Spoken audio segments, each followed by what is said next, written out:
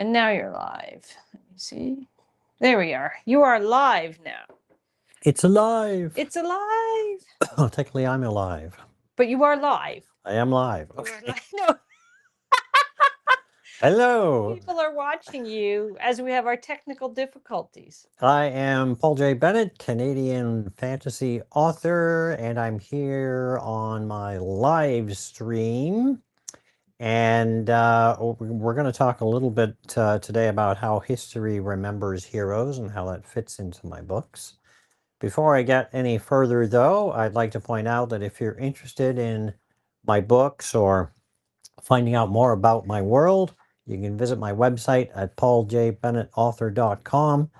There you'll find maps, you'll find a bestiary and various other bits of information, and you can also order books, either electronic or physical. If you order physical books, we do signed books that come with lots of extra goodies. And the more you order, the more goodies that you What get. sort of goodies are there, Paul? So we have pencil cases, which work really well as a dice bag if you're a gamer.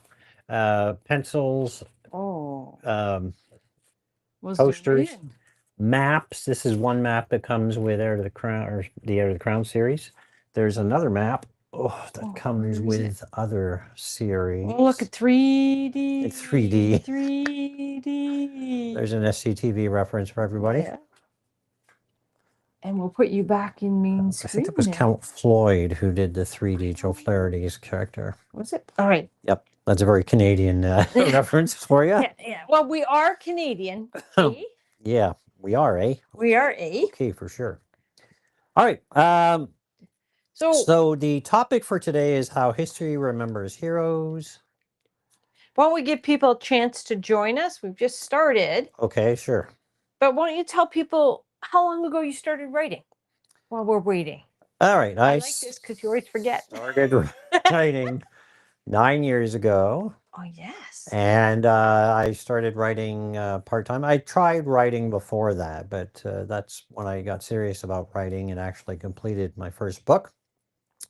After 2 years of that, 2.5 years, I went full-time. And here I am now, 36 books later. And did I get the right number? Yes. Well, 36, yeah. But... yeah, there are some extra books in there that are in ebook format and so on. So it's not an exact count by any means. Yeah. And right now I'm, well, not right this minute because obviously I'm on camera. Yes. But this week I'm been at work writing the last book in the Heir to the Crown series, which is called Victory of the Crown. So that's been a lot of fun. And I was writing some interesting scenes today, but I can't tell you about that because spoilers. Yes. You tell them a little bit. Actually, you're writing it differently than you normally write it. Yeah, so Victory of the Crown has a number of different storylines. And rather than when I have previously written these things, I've flipped back and forth and just written all the chapters in order. What I did this time was I took each subplot, wrote the entire subplot's chapters, and then did the next subplot and all of its chapters. So I've now completely finished the first act, and the second and third act are both half done, because I'm only now working on the final plot line that sort of binds everything together. So it was kind of interesting, a different take on doing things, and it was quite interesting for me to experience that. And it was largely because it was a very daunting task to finish off a 15-book series. So this way, it's almost like writing shorter series of books, but they all tie together. So it was more fun from that perspective. It allowed me to get into some of the really exciting parts of the plot line without having to wade through multiple stories just to get there. So, do you think you'll ever write another 15-book series? No, the next series, I will not in the same manner. I mean, certainly the cozy fantasy could end up being more books, but it's not the same thing. It's individual stories with the same characters, more like episodic rather than being an overall storyline like it is in Heir to the Crown. Sean wants to know, are there any chances of hardbound releases of your books? Yeah, we're looking at that, but it certainly won't be this year. There's not enough time. No, it is my goal to do actual special editions next year. So we're going to look at doing new covers, but we don't want to do any covers until the final book is out in Heir to the Crown. Yep. And then we're going to look at starting off with sprayed edges. Yep. Pretty excited we about want to that. get fancy with those, and those will be available through our web store. Yeah, So they'll be web store first, and then we'll see if we'll have them elsewhere.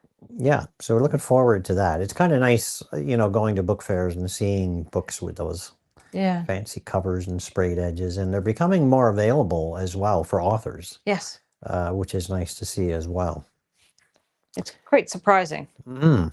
Quite surprising. Yeah. So just want to welcome people in again and thank them for coming. So thank you everyone for coming. I don't know how many people we've got here at the moment, but it's nice to, I would say, see you. If I can't see you, you're on the other end of the camera. You can see me, obviously. Neat. No, that'd be a little freaky because some people may, we don't want to see. It'd be like a giant Zoom call with hordes of faces on a screen somewhere.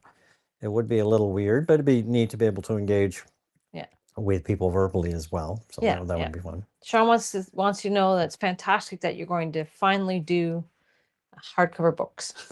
Yeah, we didn't quite say it that way. I added it. We've been actually considering that for a while, but our current schedule was pretty busy with releases and so on. So we've had to spend time doing other things. And we've also, this last year was a big year for revamping our website. Yes, and now that people can buy the books. Yeah. Buy the books. Sorry, I'm having fun. Well, that's important. That's important. So what are we going to do next week? What's special about next week? So next week, we have a bit of work to do to set that up because we're going to have 2 people on camera. Hopefully. Because hopefully my special guest will be Carol. Yes. Out here in front of the camera along with me. Yes. So that we can do like a Christmas thing and cover some topics that I, as an author, I'm not the expert in. No. Yeah. So if you have questions about publishing, marketing, editing, I can answer those. Yeah. So that'll be interesting to see. So if you are, especially if you're an author yourself, these are things that are very valuable to learn. So it'd be well worth your while, and tell your other author friends to come and join us. Yep. We'll have a big party. Yeah. Virtually, of course. Virtual party. Maybe we'll make some cookies. A virtual party. Yep. Yeah. Well, so why don't we get on with what we're talking about today? How history remembers heroes and how you've built that into your world. Right. So I'm going to start off by talking about, let's talk first of all about some definitions of things. What is a hero? I mean, obviously, we're not talking superheroes as in, Marvel or DC Universe. Yeah, you're never going to put superheroes in this series. No. But we're talking about people that become famous through their deeds that live on in history or in myth. We'll talk more about that as we talk on the subject. Really, we're talking about those individuals that are sort of outstanding in their field, not like a scarecrow. I was just going to say, do you mean like they're outstanding in the field? This is where editing comes into play. Is there a space between out and standing? Exactly. So when we look at my books, the world already has a very deep and rich history. And I'll give you just a quick example, which isn't even in my notes, actually. Oh, no, you're going off script. In Sword of the Crown, Beverly is trained by a knight known as Sir Harold. And he is a legendary knight. He's famous in that world for something he did in the past. And he was considered the sort of the epitome of the honorable knight. Yes. And this has a very profound effect on Beverly's training. But interestingly enough, we later find out in Mercerian Tales, in her father's story, how influential he was on her father as developing as a knight and as a noble and so on. So that's very important. And I will point out a little piece of trivia for you. Sir Harold was named in honor of my father. Oh, you never told Yeah. me that, or did you just make that up right now, or did No, you? no, that was the point when I So wrote it. what inspired you to do that? I guess it was an homage. My father was always there to support me. Yeah. I mean, not as a writer because I wasn't writing back then. No. Unfortunately, he's been gone for some time now. But he always supported my hobbies, particularly I used to make a lot of models, But tanks. didn't he take you to your first hobby store? He did. He also he took me to the store I first found Dungeons and Dragons actually as well. Oh So yeah. that's kind of interesting. Actually went on a business trip and he invited me to go along. Yeah. He used to go on these business trips all the time, and then so what we would do is he would have to go into some business to sell. I think it was gas measurement instruments or whatever, Yeah. something industrial. And then I would just hang out in the car or whatever. Yeah. And then when he was done, because it was out of town, we'd be staying in a hotel and then we'd go have dinner. And, we went to Montreal one time. Is it Montreal? I think it was Montreal. And we got to go see the fort there Yeah. and stuff like that. Yeah. Yeah, it was the fort where Expo used to be. You do love your forts. I do love my forts, yes. And I put up with it. Yeah. Yeah.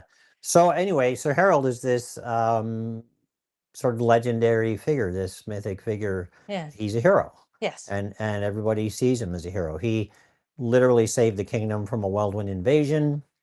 And he's renowned for that. But he's also renowned because he was the very epitome of a knight's knight, not just some guy who's really good at fighting, but basically everything. And he actually, you learn in the making of a man, you learn he's actually got kind of a tragic Oh, yeah, story. it's very sad. So it is sad, but it's also very he's very influential in the development of Richard Fitzwilliam, but also Yeah. Beverly Fitzwilliam. So, and sometimes talk about how Richard Fitzwilliam kind of is the one who sets up everything the way it is in the books, but you could almost say it was Harold who did it because Harold begat Richard, who begat not begat in the sense of yeah, but he was the influence the honorable idea of it. He sort of began that. Yes, he did. You could say that he was the proto. Yeah. The proto origin, I guess you would say. Okay, I have a question from you, and I've been talking with Felix here just to try to figure out what he wanted to know. And he asked originally, as an author, do you make yourself as an expert or let the reader become the expert? Didn't quite understand that. And he's saying he's trying to relate it to show, don't tell, because readers get a different perspective. And then he wants to know, so as an author, do you correct the text you've written or elaborate or let the readers do that? So I think he's talking about how descriptive you are, or maybe you get a different subtext from that than I do. Okay, so when I'm writing, and I certainly edit stuff, like I've changed whole scenes and so on occasion. I like to be I like to go light on description of characters. I like the reader to form their own idea of what the character looks like. For example, Gerald's defining characteristic is he's old. He's got gray hair. That's it. Beard. And a scruffy beard. Yeah. That's all you learn about him. So you could picture anyone in that role that you wanted. Yeah. Really, like if you want to, put your favorite actor in that role or something, or you have that concept, you could do that. Beverly, really, other than having red hair, once again, that's her defining characteristic. Revy Bloom, he's sort of he's young and inexperienced. Yes. Haley is very sort of down to earth, very sort of an earthy individual as a ranger. So that's personalities. But when we get into descriptions, like sometimes you'll just say you're very descriptive, light. Sometimes, like it's a building, but then other times you'll take 3 or 4 sentences to describe what the building's like, and it's about setting the mood. Yeah, right? Yeah. In some cases, like you walk in, if you've got a scene where characters walk into an inn, let's say, and they're going to interact with someone in the inn. Yes. What's important to that scene? Do you need to know what the outside of the inn looks like? Probably not. But you can just mention a few small details that really set the scene. Like, for Yes. example, you come up to the roadside inn, the sign is half hanging off of its Yes. holder, or it's got a door that looks Yeah. badly weathered, or the wood is Yeah. warped. That sets the tone. So you're using a description so that you don't come say it's an old building. You describe the building Right. so that the reader has to infer that it's an old building. Yes. So I think that's what they're in Victory of the Crown, there's a scene where some of the characters enter a rather remarkable building. Yeah. And it's described from the outside. I don't want to give away the I plot haven't point, read it yet, so don't but when ruin you it for me. go into the building, Yeah. there's like a big surprise that you don't expect, but Oh. it sets the grandeur of Yeah. the building. It's this really Yeah. important big building that Mhm. they've discovered. Yeah. But I won't say any more because plot point. Yeah. Spoiler. So I think it's interesting also that you've been writing for 5 years. Sorry, 9 years. 9 years, 9 years. yes. But what's I find interesting is I've watched your writing change, and some of it kicking and screaming, but Yeah. you have learned not just to describe the important things. Sometimes you describe something and it really doesn't come up again. But you can't just describe things only when you know they're going to come again.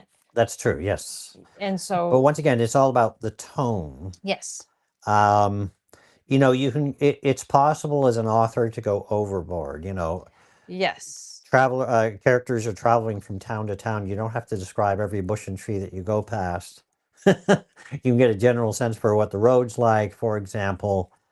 At the same time, you don't want to fall into a trap that every time you describe something, something dangerous is going to happen. Otherwise, it's a dead giveaway. yeah, Oh, we're passing by a red oak tree. Why is that significant? Oh, says the reader, something's about to happen. yes. Right? So you got to be careful with stuff like that. Well, it's also about foreshadowing, and Felix wants to know how cryptic to use foreshadowing. Is it direct, hinting, or indirect? Oh, I All use three? both. Yeah. All three? Yeah. So I set up foreshadowing in book 2 that doesn't come to fruition until book 10. Book 1 and book 15. And book 1 and 15, Yes. yeah. Exactly. But it is interesting to know that's something you learn, because when you originally wrote book 1, there wasn't a lot of foreshadowing in the rough draft. That's true. Right. Yeah, that changed. That changed because your editor told you to change. Yes. Also, I should mention that I literally wrote book 1 and didn't release it right away. Then I Yes. wrote book 2, Two. and then I went back and changed book 1. Yeah, I think you. So having written 2 books at that point, Yes. I learned so much that I was able to go back Yeah. to book 1 and make those changes. Yeah. I think for the betterment of the story. Yes. So yeah, there's foreshadowing is fun to do. The tricky part with foreshadowing is you don't want to make it too obvious.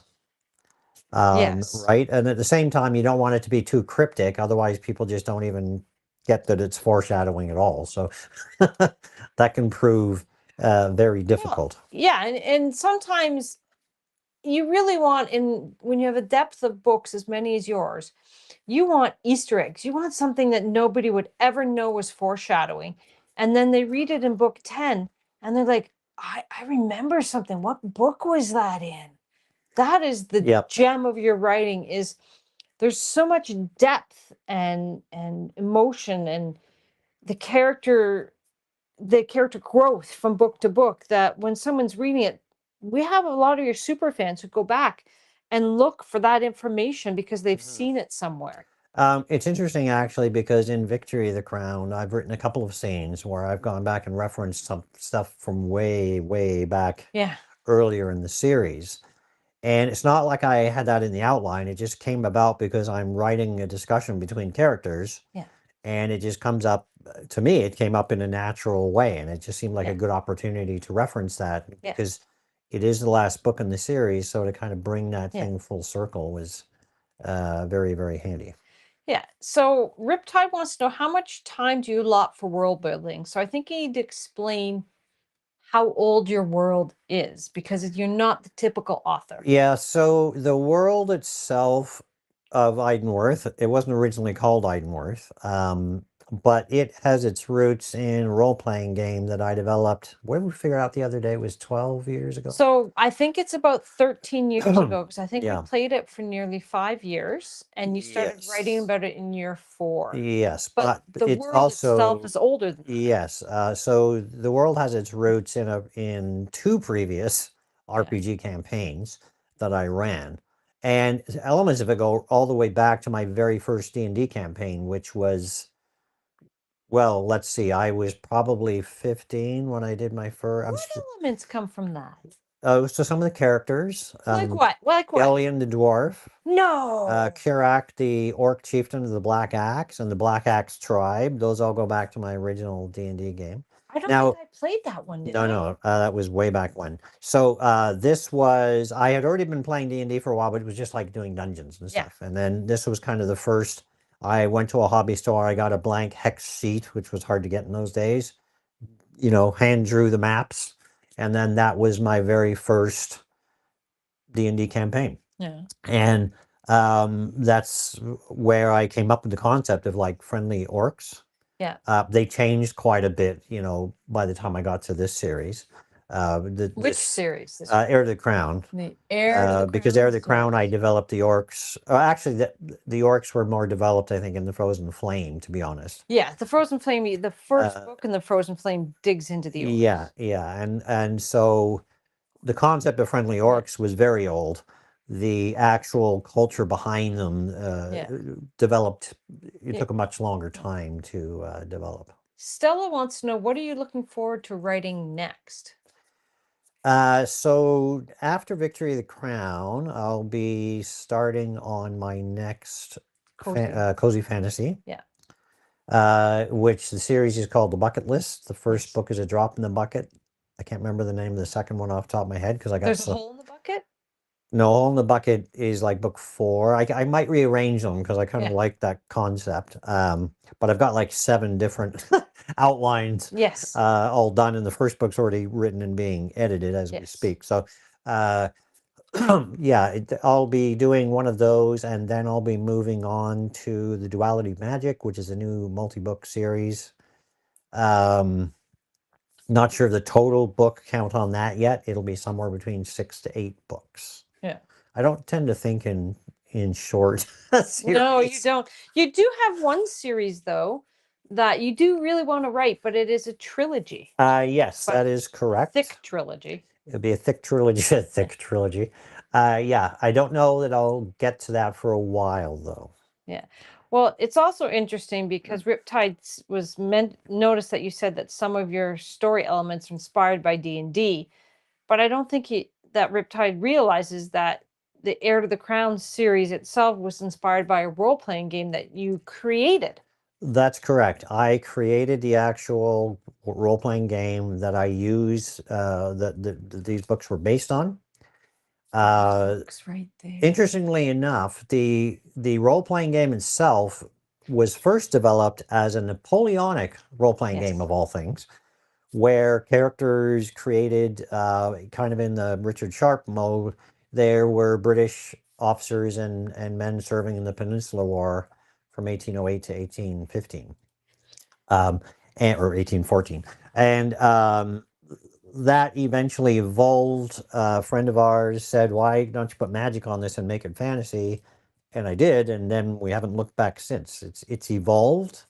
I'm still running it today, that system. We've made a few tweaks to it and made a few changes and some things. I swear every time we start a new campaign, we rewrite the rules. We do, to a certain extent. I mean, the core of the rules remain the same. We've managed to simplify it to make it easier to use, and we've added a few tweaks. We've taken out a few things that, you know, just overcomplicated things. Well, in our last campaign, you allowed me, the magic user, to cast in 3 different schools, and that was just too powerful. Yes. So now we limit how many schools of magic you can learn. Just want to let you know, Michael has said, hey, Paul, really enjoying your books. Glad to hear. Thank you.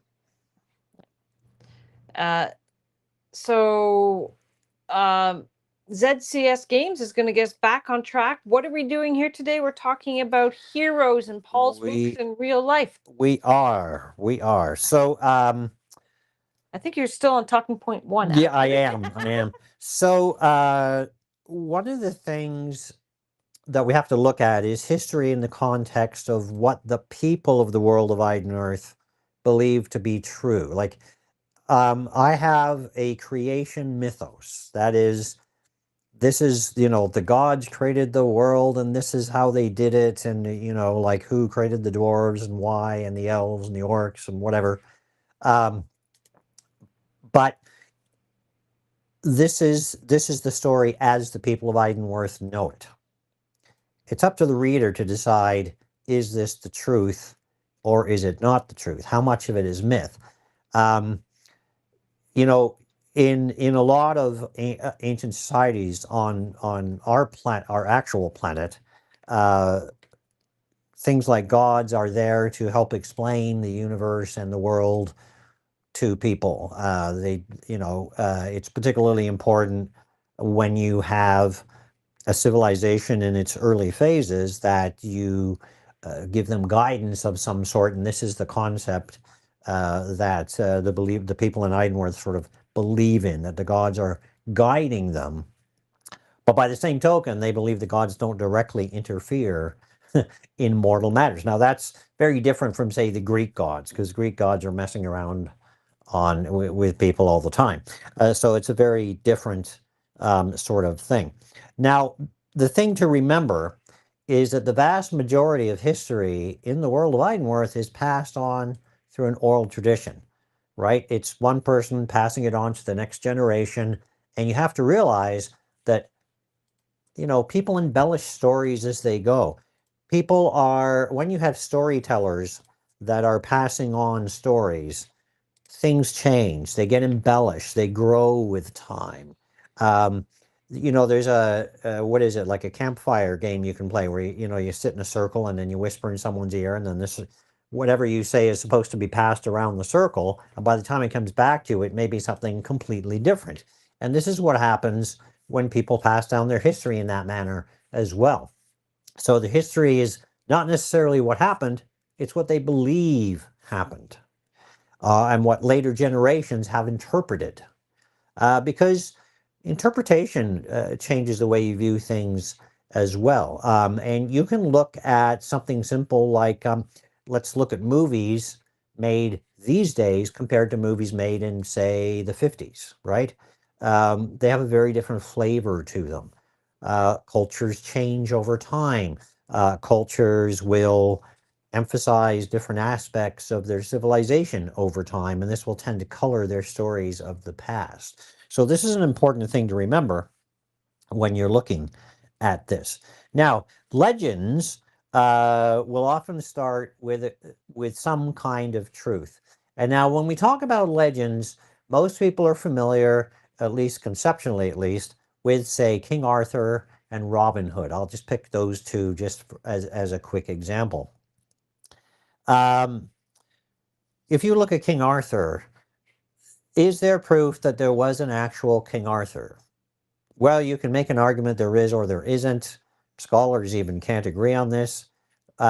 Undoubtedly, the stories of King Arthur were based on somebody, but most of the tales we know of King Arthur came years and years, maybe even centuries, after the death of the individual that inspired them. So it could even be that the stories of King Arthur are stories taken from multiple sources and all attributed to one individual. And the same can be said of Robin Hood. There's different versions of Robin Hood. In some, he's a noble. In others, he's just an outlaw. It changes dramatically. And if you want to just see an easy example of that, just look at movies about Robin Hood. You go back to the Errol Flynn version of Robin Hood, still probably my favorite Robin Hood movie. Or you look at, more recent ones like the Kevin Costner one. I guess that's not that recent anymore. Or No. Russell Crowe's version, or I think it was Taron Egerton was in the other one. There's a very different interpretation. There's a new one I got to see that was out from the BBC. I think it's the BBC, maybe, where Sean Bean plays the Sheriff of Nottingham. Oh, we just saw that the other day. Yeah, I saw that advertised, so I got to check that one out. So much to watch So lately. yeah, there's a lot to watch over the holidays. We're just going to sit and eat popcorn and watch TV. Yeah. So these are heroes that have become mythic in proportion, right? Even the term Robin Hood, like you can just refer to someone as being a Robin Hood, and immediately people think, oh yeah, robs from the rich, gives to the poor, right? Yes. That kind of lives on. Yes. And it's gotten to that level where, if there was a real Robin Hood, he was probably just some guy who robbed people. He was probably a thief, but now he's become this mythic that's character. doing it right, changing your whole persona. Sure, but you have to realize too, Robin Hood, the stories of Robin Hood are really set in that period of history where the Saxons were defeated by the Normans. Yes. Robin Hood, in a sense, represents the conquered Saxon people, sort of fighting back against the injustice of Norman rule. And you can see that in other things. Ivanhoe, which is a classic. It's got that same sort of struggle between the Saxons and the Normans. And it's had much better movie adaptations, I think, Ivanhoe, because it's based on a book rather than just a legend. You're on your second point. Can I interrupt with a couple questions? Sure. All right. Sean wants you to know that their favorite is Prince of Thieves. Yeah, I like Prince of Thieves. It was actually good. And also they mentioned that they like that you're a series writer because standalones sometimes leave you wanting more. Michael says that he thinks you're the most prolific author in fantasy. Not there. So where are we here? There's more. Felix is talking about that they've been told that they write heavy cryptical texts, but very hinting towards a feeling or hallucinating something in a subject. So alluding to. I think it's alluding something in a subject. So we've been asking you a few questions. Sure. Tonight. One thing I would say to any aspiring author is you have to keep in mind your target audience. I have seen text that gets very, what's the word I'm looking for? Complex with big words. I remember we edited we did. And which is fine if that's your audience. But if the story is more like a Harry Potter style, you really should be aiming at a younger audience, which means you should be using simpler words to express what's happening. If you're going for an adult audience, that's fine. You can go for the bigger words. But even then, you don't want to, unless it's intentional, you don't want to scare off people by sounding like you're some scholar of some sort. And you have to decide what you're trying to do, whether you're trying to educate, entertain, thought provoke. Your books are meant to entertain and to be an easier read. So you use contractions. We're not looking for a 24-letter word for something. Yeah. Right? So my opinion, my aim in writing has always been to write the kind of books that I like to read. Yes. When I read a book, I want to be entertained. Yes. I don't, yes, there can be some moral quandaries. And there's nothing wrong with doing grimdark or horror or whatever. That's just not what I do. Yeah. So I tend to be a little more upbeat. Noble bright. Noble bright would be the term we would use. I don't really have very many gray. There are a few gray characters, but most of them are pretty clearly, it's easy to tell if they're good or bad. And it's meant to be a nice, easy read. You can sit down and have a cup of tea or coffee or something a little stronger and just enjoy yourself reading the book. So it's interesting that you talk about that because the 12 Decipherables, which used to be a different person who comes to all your TikToks. I can't remember what the name used to be, but you would recognize if I said it. What do you think about a character mentality being quality over quantity from decisions to who they save? Like they could either save 1 million people or save their friend who's more intelligent. So that's, if you work it into the story, anything can work. Yeah. It's interesting because you get that moral quandary. Yes. It's like there's that old moral question about there's a train coming down the track. Yes. You decide who it's going to run over. Yes. And that can be very interesting from a story perspective. There's no right or wrong answer, really. Yes. as long as it makes sense for that character. You know, if there's a bunch of innocents that are going to die, but the other person that he's going to save is the love of his life, maybe that's what motivates him. Yes. Whereas someone else would make the sacrifice and feel Yeah. that saving more people was for the greater good. Yeah. So, you know, I think as long as it fits the character, Yes. it works. Or you could have a morally gray character that goes, never mind, I'm not going to save any of them. But you don't do that. You don't really write morally gray. I think the closest you did was Nikki. Yeah, in Shadow of the Crown. Nikki has a well. The fun part of writing Nikki, without giving much away, is you really don't know whose side she's on Yes. in the beginning. Yes. And you also there's something going on with her and another character, and you don't know what that is at first. No. It's rather suspicious, especially when seen from other characters' points of view. Yes. So that was a lot of fun to write. And in Heart of the Crown, there's a moment near the end where you sort of realize, oh, I see where these two people have this connection. Yes. Where's it going to go from here? I do like that about your books, is how you don't give away the secrets on page 1 of book 1. You're still secrets on the final, like not the final page, because Victory, you're going to finish everything, right? Yeah. They're not going to leave anything hanging for future series. It's going to be done, right? Well, No! the storylines for all these characters will be wrapped. Obviously, the world will still be there. Yes. But yeah, the character lines will all be wrapped up in a nice, neat bow. And yes, we need that. We're coming full circle. Yes, that full circle. Yeah, that full but I circle. mean, the world is still there. There are still places in the world that are going to have things to be dealt with after the series is over, which is where, of course, future series come from. Yes. All right. On to your third point. Okay. Difference between how a character sees themselves versus how history sees them. Right. So my characters don't really think of themselves as being heroes. They might occasionally think of themselves as being the champion of a cause, but they don't see themselves as heroes.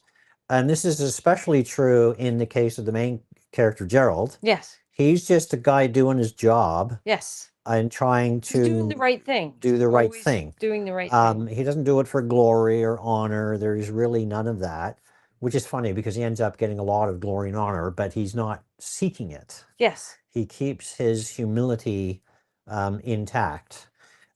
Usually the bad guys have a big ego problem. Yes. That's a fairly standard trope, I think, for a lot of fantasy. But it's more standard. It's something you do that, but it's interesting because that's their downfall. Gerald is always thinking, how am I going to do this with the least amount of casualties? Yes. So he's always has to think harder than the enemy who's just going to churn through people. Yeah, and that's another key point, right? You think back to things like Lord of the Rings. Yes. You've got a band of heroes that are in a similar situation. There's endless hordes of orcs attacking. Yes. The Dark Lord can throw as many orcs as he likes, but the good guys have a limited number of people to work with. So that's kind of the same concept that I have in most of these books in the series. At least when it comes to battles, the good guys are almost always outnumbered in some manner, and they have to fight a desperate battle in order to set things right. And I try to make it interesting to have, have them using, superior tactics or something along those lines. It's not just a matter of, we line up here, they line up there, we run at each other and then smack away with swords and stuff until one side gives.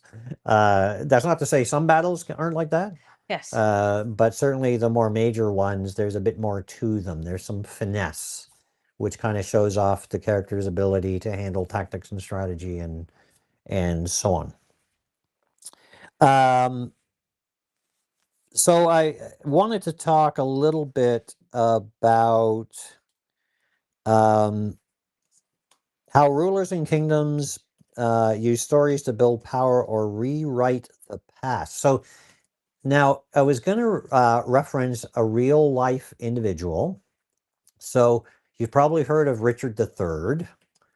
He is most often portrayed as a villain because especially of Shakespeare's yes. Work.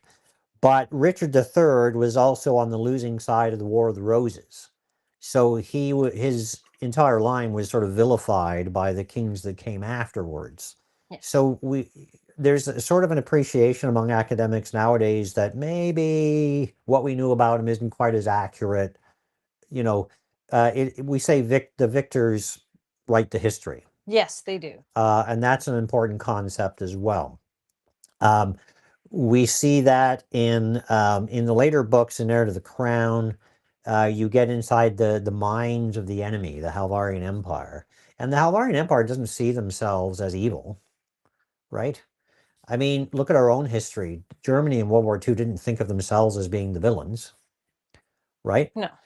They thought they were superior, or at least the people in charge. And so we have the same thing with the Halvarian Empire. The people in charge feel like they're superior to everyone else. And that sort of has a huge impact on how they view things, and their history is written with that in mind. Yes. Um, Can I ask you a question? yeah. Now mark where you are so you know.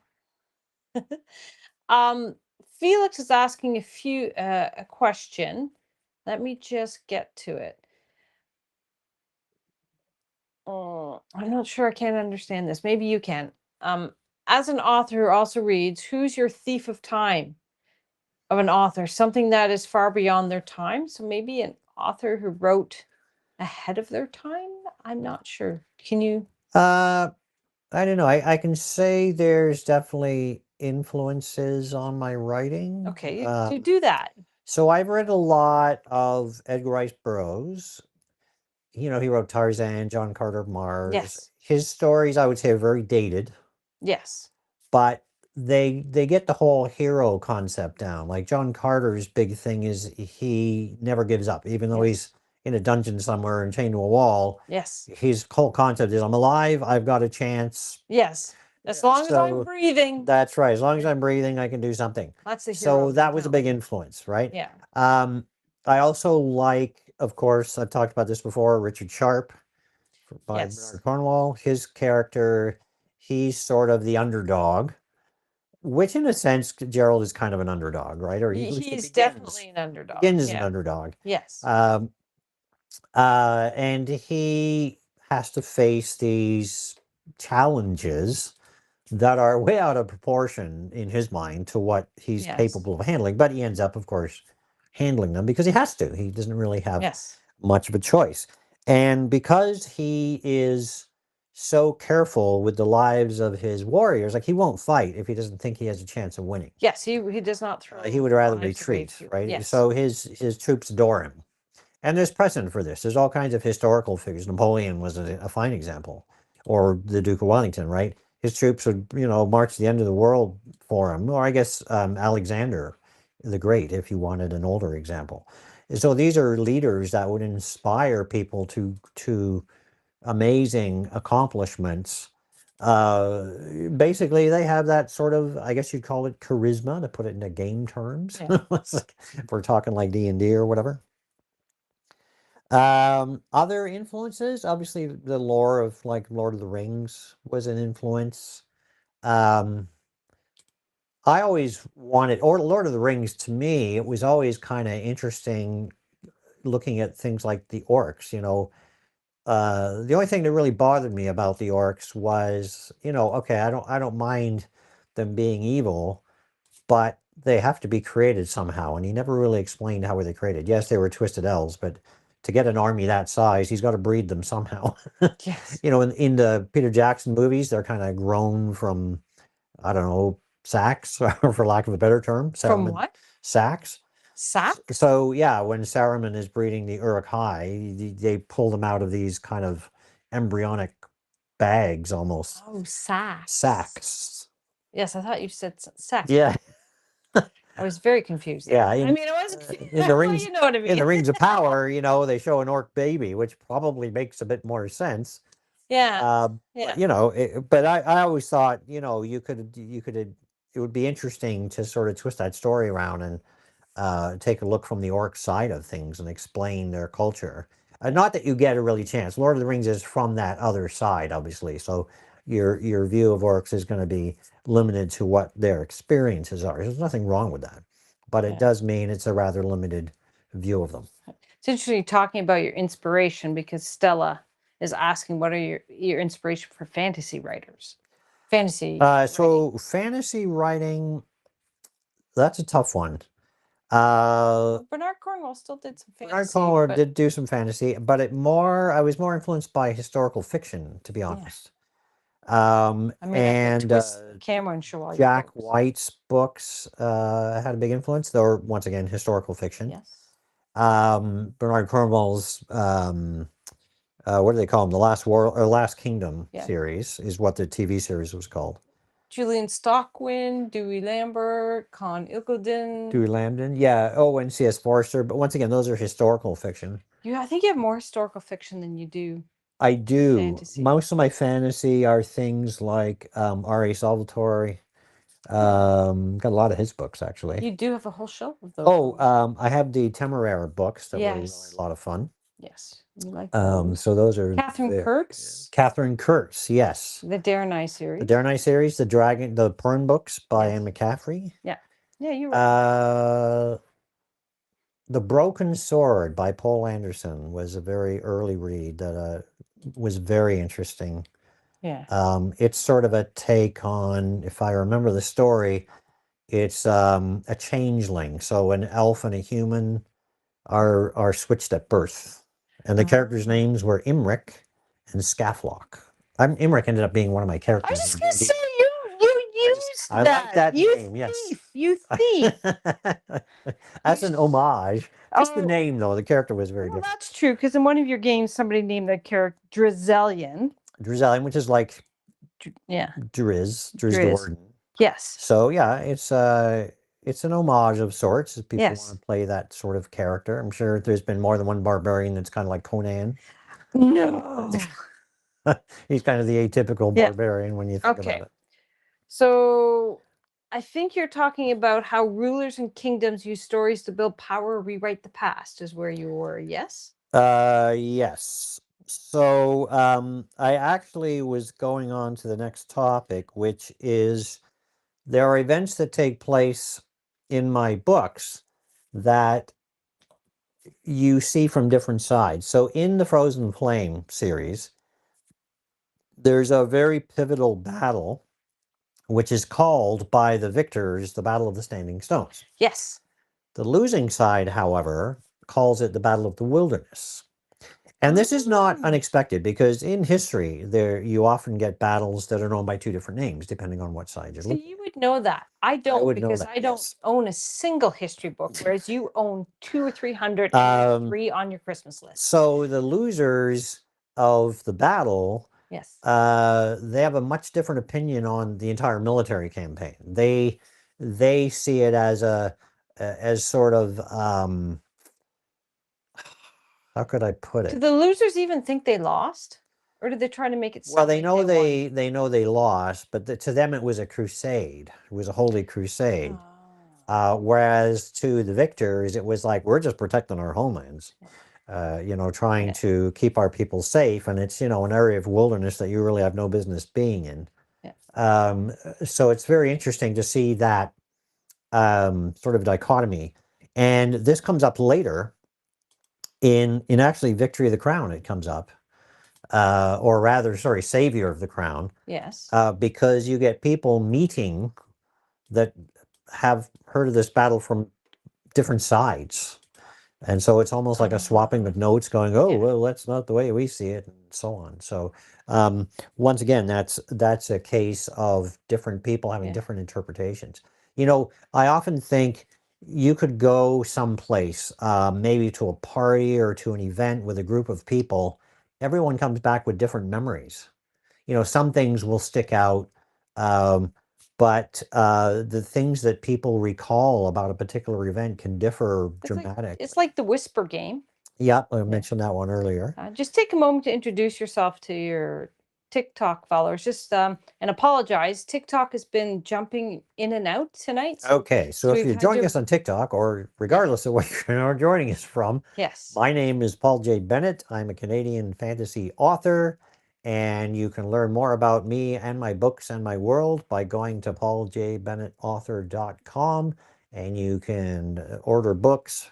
There's some free books you can download. You can order signed books where find out more about the lore and so on. If you're watching the live now and you want to hear the phone ding, if you go to his website and download some free books, we'll actually hear the phone ding. Yeah, be it will interesting. ding anytime someone orders something, even a free one. Yeah, we just wanted to apologize to people from TikTok. Just for some reason, we've been kicked off 4 times tonight. So yep, TikTok is being well, picky. it could be we do restream to multiple places. So it could be our streaming software, could just be not connecting. We filmed down in our studio in our basement, but I just wanted to apologize to some of our TikTok watchers. So where was I? Oh, yes. So examples of battles or deeds that would be remembered differently. So there's a scene in, let me see, Fate of the Crown. Yes. There's a siege going on, and the druids basically move trees up to the wall so they can climb into the city. But at the same time, there's an assault on the gate. But years later, in the later books, nobody remembers the attack on the gate. They only remember that amazing scene, basically. That's what lives on in people's memory. Now, I want to talk a bit about facts fade. So earlier I mentioned King Arthur and Robin Hood. And originally they were probably based on one or more real people, but the stories grew over time. And this can occur either because you've got a breakdown of reliable information. That is, person A passes it to B, passes it to C, and you just kind of lose details. Or it could be deliberate misinformation. Someone who wants to, put their own spin on the story for whatever reason. And if sometimes this, I want to talk, I had a specific example of deliberate misinformation. So, how many of you, I wonder, remember being told as a kid to eat carrots? It's good for your eyes. Right? Seems like a strange thing to bring up. So, where does that come from? In actual fact, it comes from World War II, and it was a deliberate misinformation campaign by the British to explain why their aircraft were so good at intercepting German night bombers. Because they didn't want the real reason, radar, to be known to the enemy. So they spread this rumor. It had the advantage of encouraging people to eat carrots, which was a very abundant food source during the war. But also it covered up the fact that, they made it sound like, oh, their pilots have good night vision because they all eat carrots, when in actual fact it was radar that was guiding them towards these German bombers. So that was a very deliberate misinformation. Hand fake. A hand fake, yeah. So that's Red kind of herring. an interesting concept, and it illustrates how someone can twist it. So history could be the same. If you're telling a story about King Arthur and you want to, make your current ruler look better, you draw parallels between Arthur and your current ruler. Because Arthur's always thought as the glowing. Yeah, exactly. Yeah. So you can sort of call back to that, oh, let's launch a ship, we'll call it Excalibur, that sort of brings that back. There's the whole story about Arthur will rise again when England is in need and all this kind of stuff, right? So they sort of buy into that myth, and then the myth just grows even more. So that's a very deliberate sort of misinformation that has the effect of changing the story. So I thought that was a kind of a neat thing to. So how do you do that in your books? So I'm going to mention one specific book here. It's a Mercerian tale called Into the Forge. Okay. And what's interesting about Into the Forge, it's the story of 2 dwarves, Khazri Ironheart and Herdwin Steelarm, and their adventures. Yes. But each chapter is preceded by a song that's written by an elf bard. Yes. So if So there's like 2 stanzas at the beginning of every Yes. chapter except the last chapter. So if you read all of these opening stanzas all the way to the very end of the book, except for the last chapter, you get a completely different picture of how it ends. So what lives on in the world is the song, not the real story. I don't think I've ever done that. So it's people see it as more of a tragedy if they only hear the song. They don't get the real story, the full story, unless they read the last chapter. And that was a very deliberate part of the narrative, I thought. I thought that was a cool way to do it. And also, of course, the poem sort of inflates it to make it sound more grandiose than it is as well. So that's kind of fun to play with. All right. So what's common folk versus nobles would pass down differently? So the big difference here, of course, is that nobles will have scholars and written words. Yes. Common folk, it'll just be word of mouth. Yes. And word of mouth, if something isn't really important, it's going to die off in a generation or two and not be repeated, or it's going to grow over the years into something different. Unless you're an orc. Unless you're an orc, because the orcs are capable of literally speaking with their ancestors. I mean, in a very literal sense. Yes. They can literally talk to ghosts of their ancestors. The spirits. The spirits, yeah. Well, the spirits are ghosts. Yes. And this is something the other races, with some exceptions, the other races don't really understand. Yes. At least most human countries don't understand. The Mercerians soon learn how real this is. And it's important to the Frozen Flame, especially, this ability to talk to the ancestors. The other thing you have to remember that, you know, we tend to think that written history is more accurate, but we have to remember that written history is just as biased as a spoken history. Yeah. Because once again, as I mentioned earlier, history is written by the victors. Yes. You win the war, you're going to write the narrative to favor your side of the story. Yes. And not every war is a clear cut who's good and who's bad. Yes. Sometimes it's a border dispute between 2 countries and no one really is in the right or wrong. But whoever wins is going to write the narrative and make it sound like they were right to begin with. Well, they're going to justify their actions. Exactly. The end justifies the means. Yeah.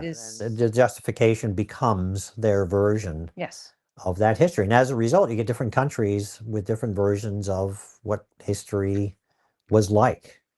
And that makes it difficult for scholars as well, because they have to look at, try to get different sources for what actually happened. Also, a lot of sources, especially for older history, were written many, many years, if not centuries later.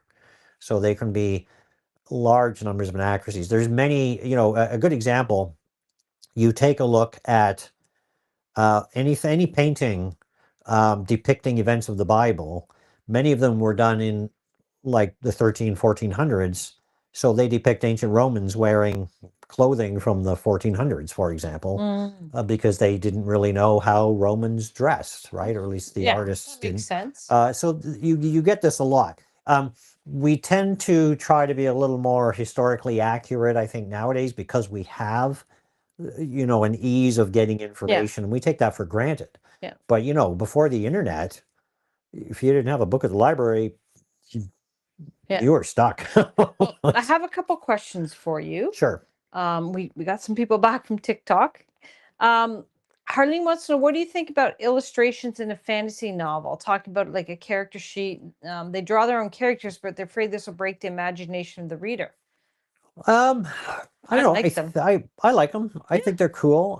We don't do it because it's a lot of extra work. Yeah. And I'm too busy writing. And Carol's too busy doing other stuff to draw and stuff. But certainly there's nothing wrong with it.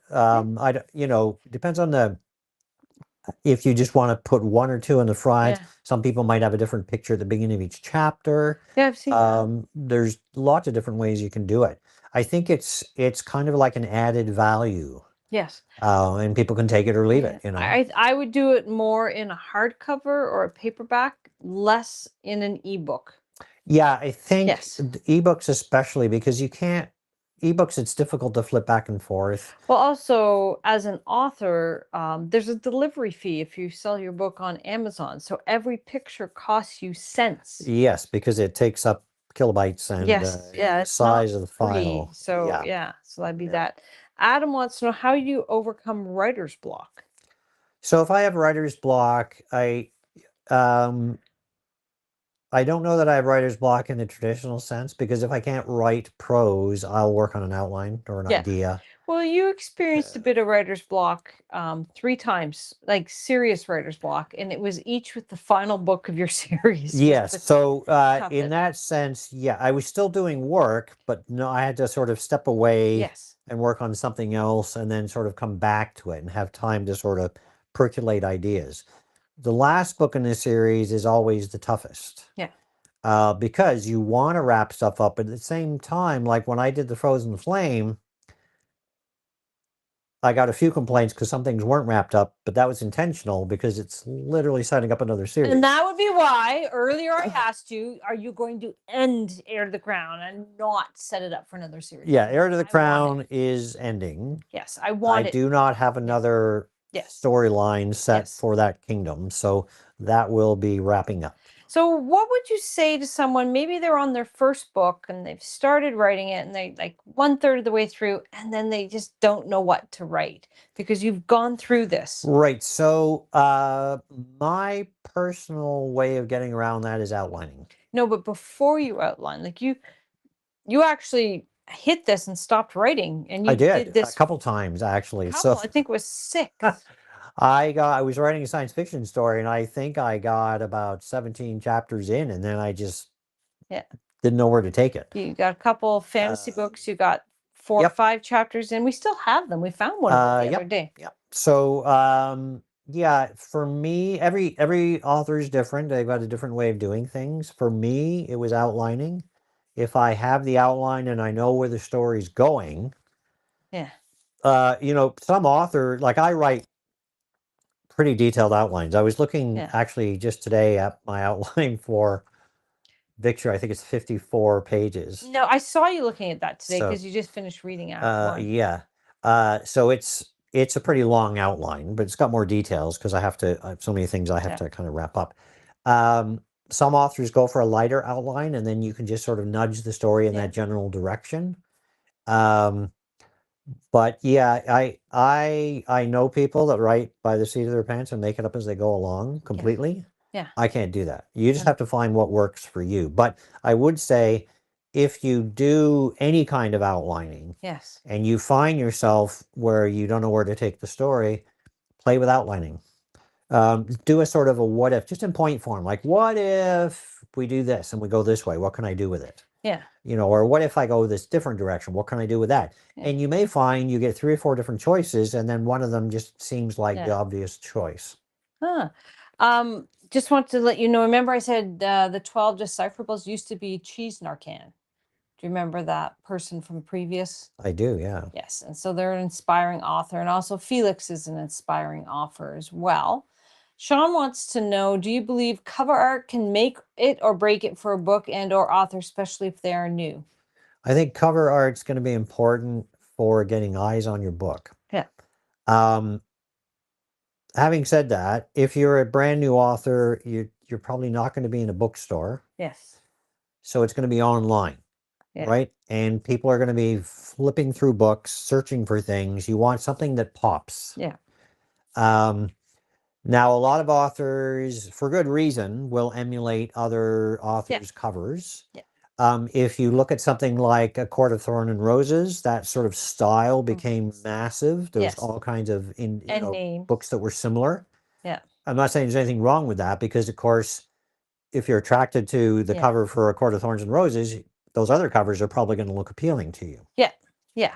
At the same time, you kind of want a cover that gives some idea of kind of book. A cozy fantasy cover is going to be a lot different from an epic fantasy or a dark fantasy. And I think you really have to look at what is popular in your genre. I mean, when we started out 12 years ago, we started 9 years ago, the covers were different, and we really want to change our covers, but we didn't want to do it until you could get a full set. To a full set. So a matching set. Yeah. So then we'll probably release one a month of new covers.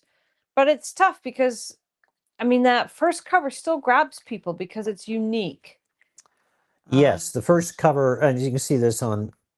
So, okay, 1 second. I was being lazy. Okay. You can Servant even of the Crown.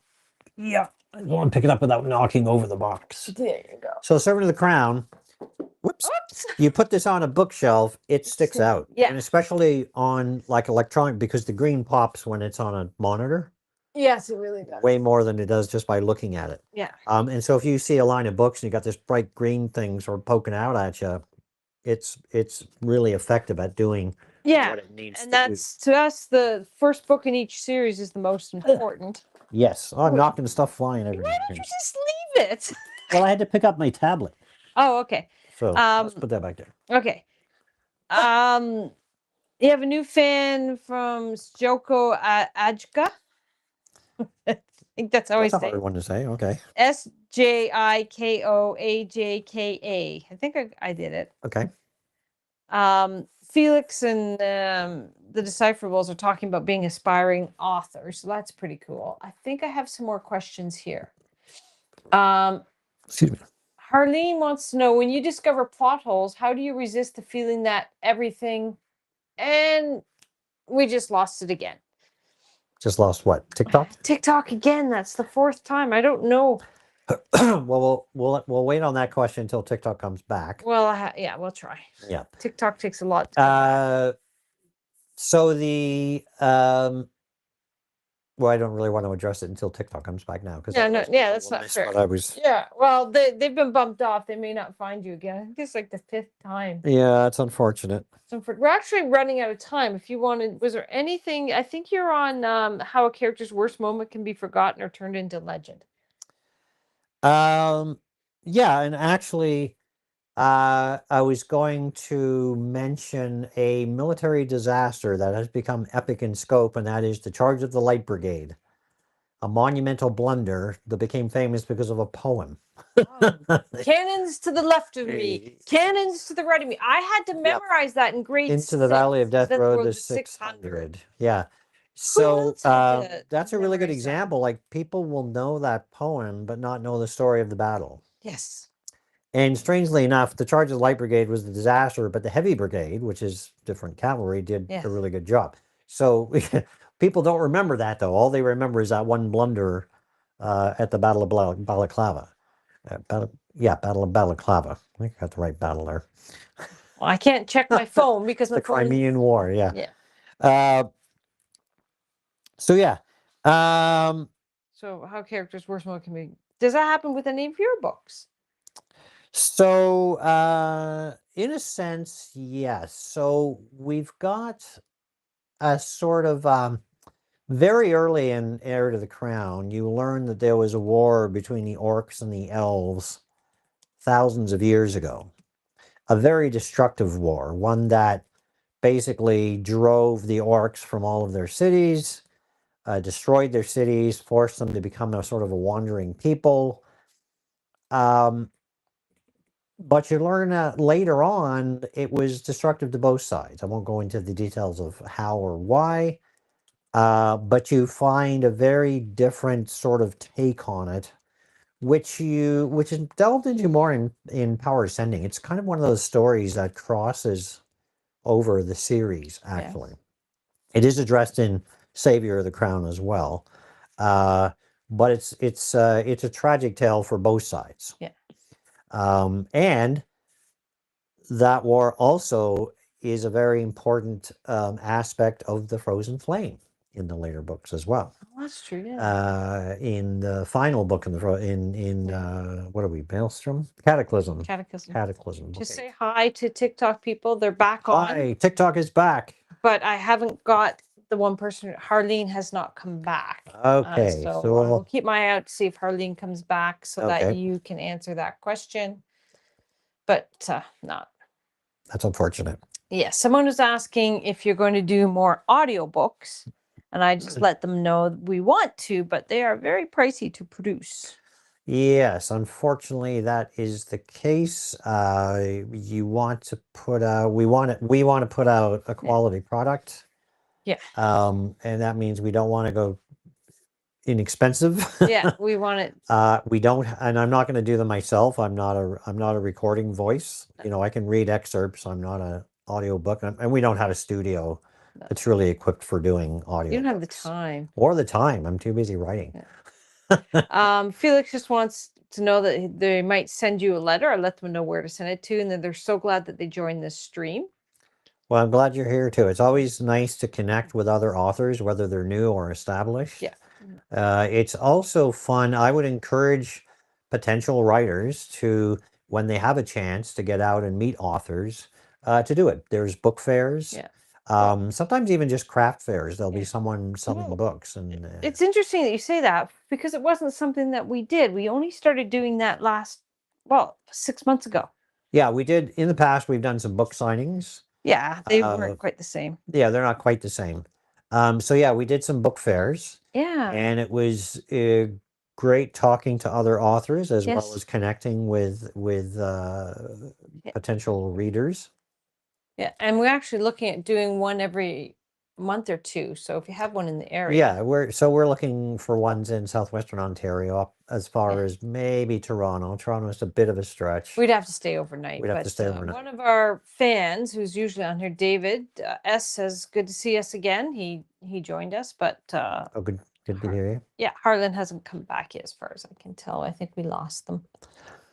All right. So, do you want to ask anybody if they have any other questions? Sure. Well, you just did. So, if you have any other questions, feel Put them free in there now, to because we are a little over on our time. We're trying to end early, but let's ask these people: would starting half an hour later be better?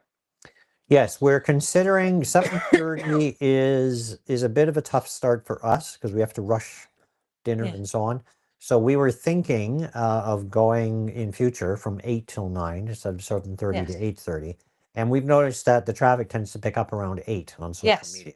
So that would be a more engaging time, and potentially other time zones would be easier to join in because they wouldn't be eating or... There we go. We have some questions. Jamie N wants to know, what is your favorite book that you have written? Jamie N, no one can get an answer out of him about that. Yep, I don't have a favorite book. Usually it's whatever book I'm currently working on. I've reread all my books. Multiple times. I can't say I have favorite characters when I'm writing. Yes. I really like writing Albreda because she's snarky. Yes. She gets some snark, and I was just writing a chapter actually where she gets to be snarky, and but she can behave herself on occasion. So that's fun. And right now, let's see, who else? You really like Gerald. You say Gerald is a character I really enjoy writing. Yes.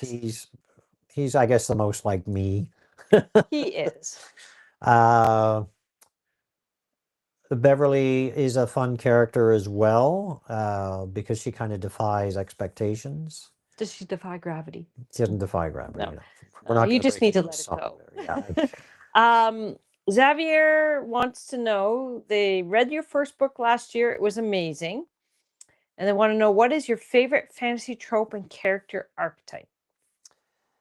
Fantasy. Okay. Well, trope first. Trope. Wow, we could do a whole episode on tropes. Maybe that's what we should do. We should pick that up for one. Well, there are lots of tropes or themes, if you like, in my books. Gerald is often the victim of ageism. Yes. People discount him because he's old. There's a very funny scene, actually, in one of the later books. There, he and a young, and I shouldn't say young lady, he and a lady are searching for an individual who's wanted by the law. Yeah. And he runs across this guy. And this guy, he's a noble. he's been trained by the finest swordsman or whatever. And Oh, he yeah, sees Gerald, and Gerald's got this like battered chainmail and this beaten up sword that's, dented. And he looks old. And he looks old. And this guy's like, "Ah, you fool!" And he charges forward, and of course, Gerald just like takes the guy down in nothing flat. Yeah. And then it's his friend that actually says, "Don't you know who you just fought?" Yeah. Kind of thing. So in that sense, that was fun to write because it kind of reminds me of that Indiana Jones thing with the whip, Yeah, yeah. where it's like you're expecting a big fight and it's not. It's just it's at this point where Gerald is just too good at what he does, and he's not going to play games and fence. He's just going to take the guy down Yeah. quickly. Yeah. So that's kind of a trope, the sort of And you, underappreciated. yeah, and you like you really like reluctant heroes. Yeah, reluctant heroes is another trope that I really enjoy. I think The men. because it's kind of it's a very common trope in British cinema, Yeah. right? You get these reluctant heroes. They're not full of bravado. They're not bragging about how good they are. They're just there to do the job. Yeah. And so I think that's a very Canadian thing too, to be Yes. honest. Canadian soldiers, especially in the two world wars, Yeah. they were very matter of fact. They were like, "This is the job that's got to be done. We're going to Yeah. do it. We're Yeah. not going to, Yeah. we're going to figure out the best way to do it, and then we're going to get it done Yeah. Okay. to great effect." Felix wants to know, how do you view your characters when you write them? So I imagine it as a movie or I imagine it visually. Yeah. And then basically describe what's going on. And then I find that, like writing Victory, for example, I know the characters so well, they just develop their own conversations. Yes. I just start writing, and there's just this logical flow of where the conversation is going to go. Yeah. And just like in real conversations, sometimes the characters get off track, and then the characters have to bring themselves back Yes. to the topic, which is what happens in real life. So it makes it kind of feel more realistic. Yeah.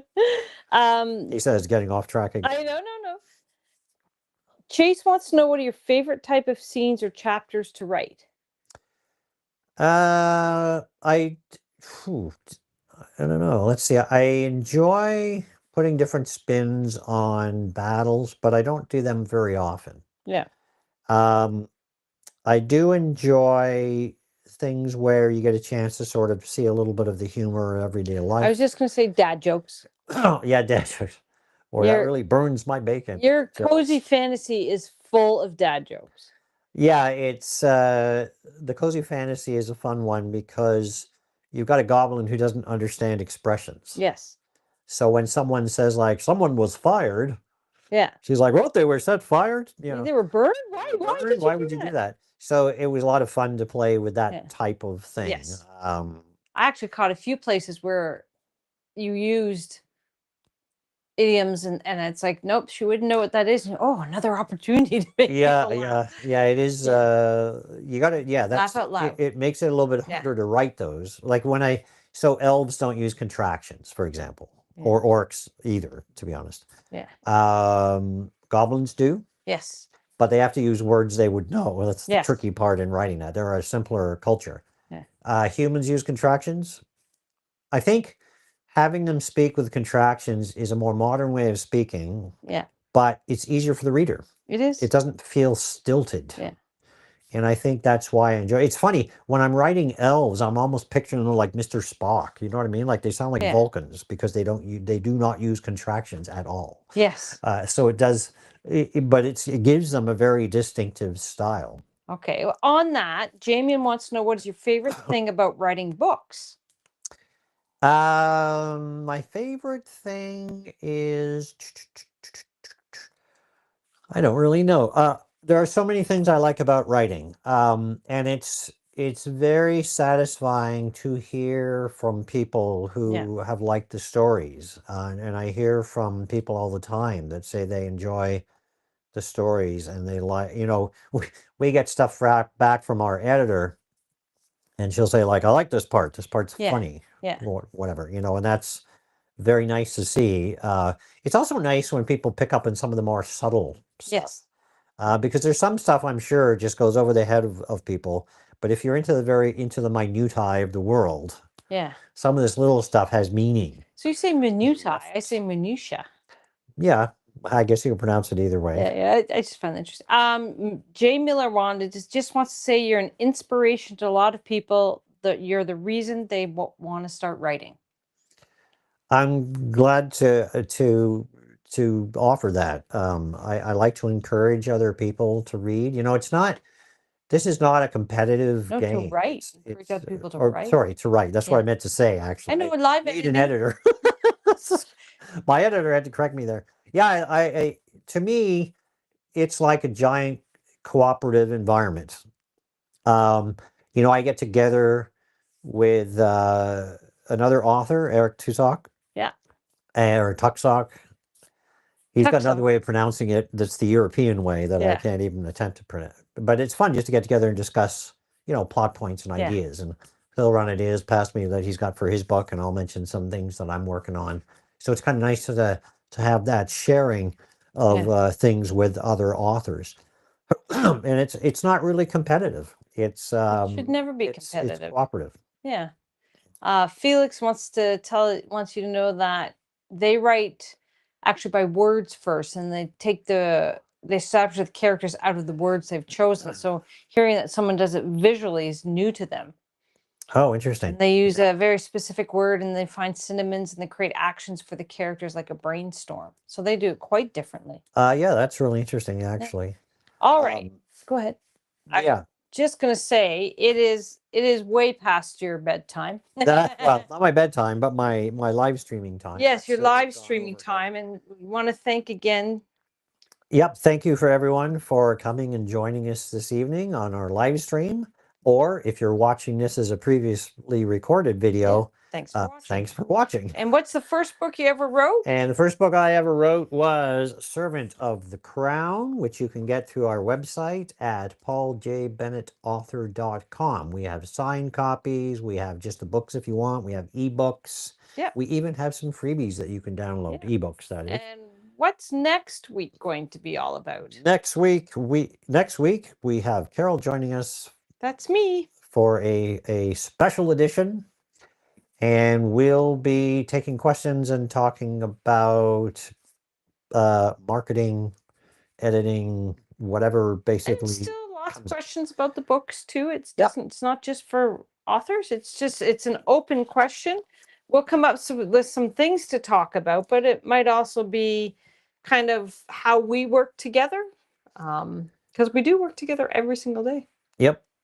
We sit side by side. And so we would encourage you to come back and visit us next week and invite others. If you have other aspiring authors that you know, invite them to come along. Because there's one thing I do know: when you're starting out as a writer, writing is one thing, marketing, publishing, all of that other stuff, that's a whole nother ballgame. And then at the end of the month, we'll do our special European edition, which means 5 hours earlier.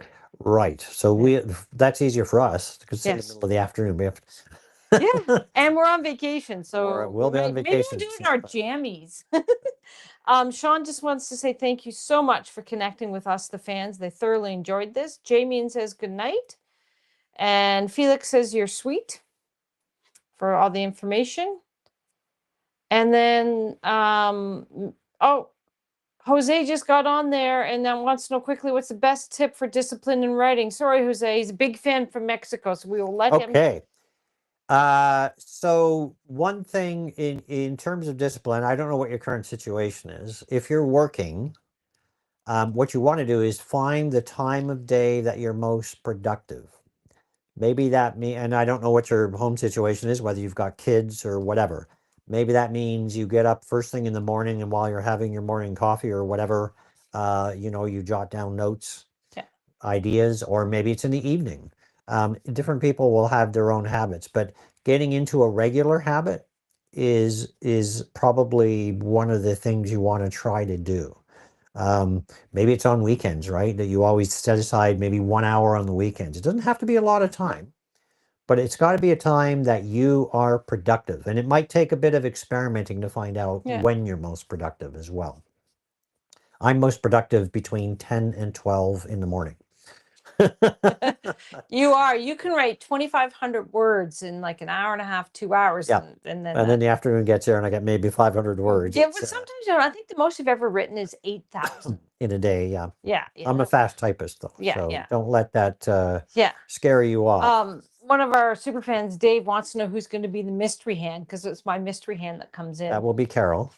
No, next week won't. Oh, next week we We're have to hoping discuss have a special that. guest. Yes. We're hoping to have someone to man the Yeah. cameras for us. So he said, I said that, and he says, oh, a guest hand. A guest hand. Yeah, I Yeah. guess we could say that. Yeah. All right. So we need to say thank you, and So everybody thanks just once said again. thank you so much, and good night. Good night.